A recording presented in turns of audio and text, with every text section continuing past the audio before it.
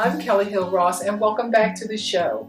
We have an interesting show today, and it's all about things that are affecting us today when we talk about mental health. Mental health, drug addiction, homelessness. How do we cope with that?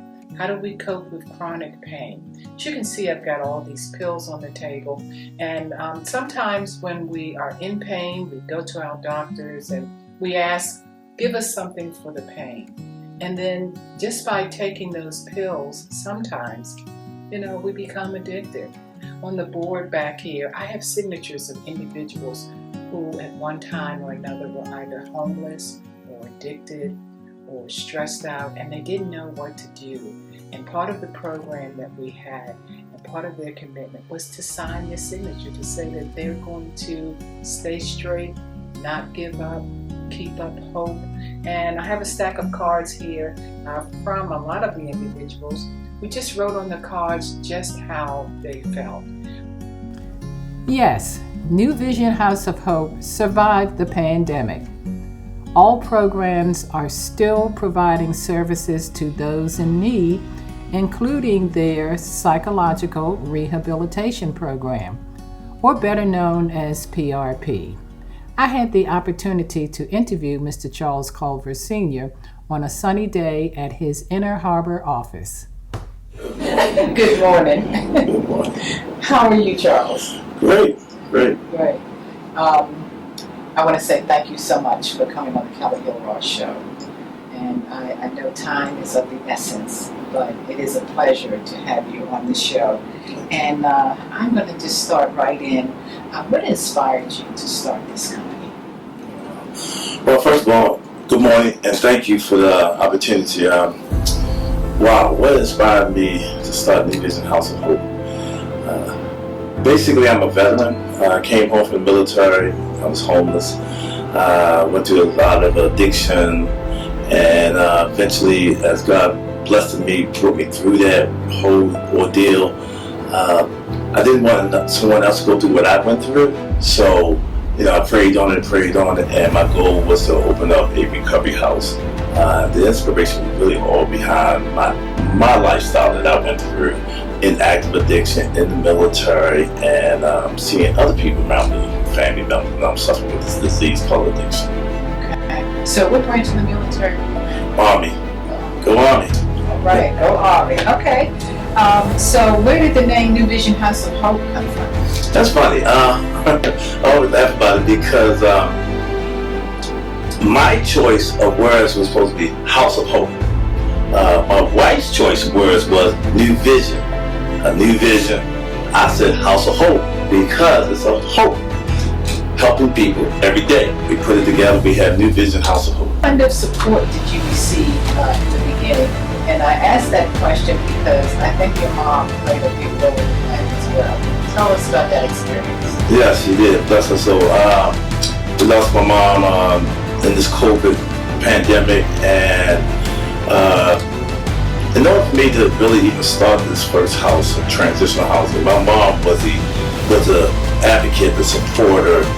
The house itself was her previous house, and she had moved to another property and offered that house for me to take over and start a recovery house. So yes, I give all dittos and glory and love to my mom. Okay, so with that being said, to start an organization, so you're a non-profit organization, Yes. and what did you have to go through to get the ball rolling? Okay. So yes, New Vision House of Hope is a non-profit 501c3. We've been in existence since 2004. This whole process, you have to apply for a 501c3 status with the IRS. You have to get yourself a license name in the state of Maryland, and from that point there, I always tell people who I've mentored told them, if you're going to do this, you want to have two things prepared. One, you want to have a house, and two, you want to have policies and procedures in place. And with all of that out the way, we have our first house, New Vision House of Hope, at 3929 Ridgewood Avenue. And through the blessing of God, we've expanded it to several other houses throughout the city. So, but where did you find the people, to write the grants, the clients? How did you get clientele and to let people know that you even existed? So, it's amazing how God works, because it's really, the first 5 years was really through word of mouth. I'm a recovering addict with almost 30 years clean. Because I've been out in the community, I fellowship, I network, I shared with people what my vision was and what I wanted to do, and they sent the proper resources to me. The clients was coming knocking at the door before I knew it. We had to expand. One thing that I learned from one of our former mayors in Baltimore, Kirk Smoke, he said, Charles, you don't have to be an expert at everything, but be smart enough to hire experts around you. Surround yourself with experts and learn from them. So that's what I did. I brought some great talented people around me and been blessed ever since. So your clients, once they come into New Vision, what's the process that they have to go through? So, good example. A young lady calls me, she says she's homeless, she's a veteran. And I said, okay, then give me a minute, took time, got my little writing pad down, and we started asking her a few questions. She answered those questions for me. I picked up the phone and I called my staff and says, I need an appointment set for XYZ madam to come into our office tomorrow. Mm-hmm. The staff immediately set an appointment up for this young lady to come in, and she's here today, being served. Wow. That's the first thing. If it's going to go through me, you're definitely going to get service within 24 hours. Listen, I lived homeless. I lived without paycheck to paycheck, and came up from the military homeless. So I did never want to see a veteran or anyone homeless if I have an empty bed that I can help them.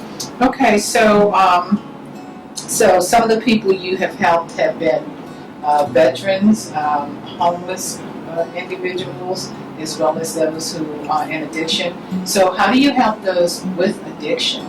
Do you have a program set up for that? So yes, so we help any and all, whether it's formerly incarcerated, again, addiction, mental health, homelessness, doesn't matter. Whatever we can do to help, we will try to help. And if we cannot do it, we will probably refer you to the proper resources. So if you suffer with a disease of addiction, we have an outpatient substance abuse program, level 2.1 and 2.0 level of care. And that treatment program it has three counselors, with myself, 4 counselors, and we will do assessment on the individual and then intake and then process them through our program.